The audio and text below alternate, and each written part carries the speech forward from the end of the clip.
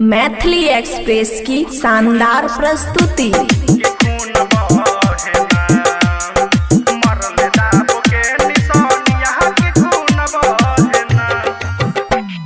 चढ़ली जवानिया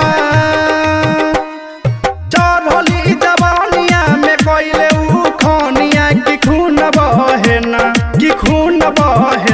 मरले दाब के निशानिया की खून बहेना मरले दाब के निशानिया की खून बहेना। चढ़ली जवानिया में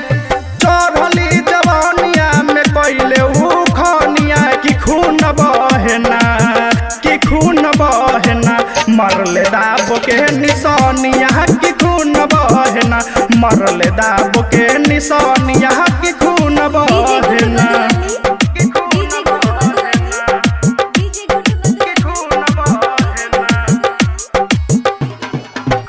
मरले दाब के निशानिया की खून बहेना।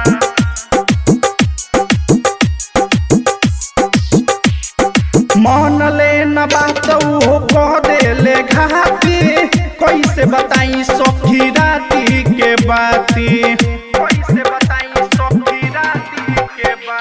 मान ले न बात वो कह देले घाती कैसे बताई सखी राती के बाती। ओ करे करनवा ही हरता बदनवा की खून बहेना मरले दाब के निशानिया की खून बहेना मरले दाब के निशानिया की खून बहेना।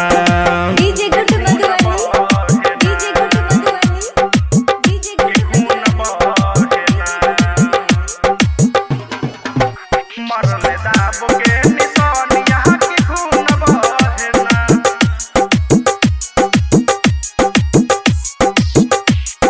गुडू रंगीला यारबा तू ही बताब हमारे भतार से छुटकारा दिलाब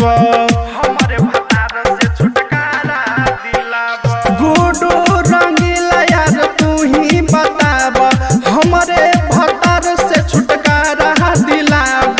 ओ करे करनवा ही हरता बदनवा की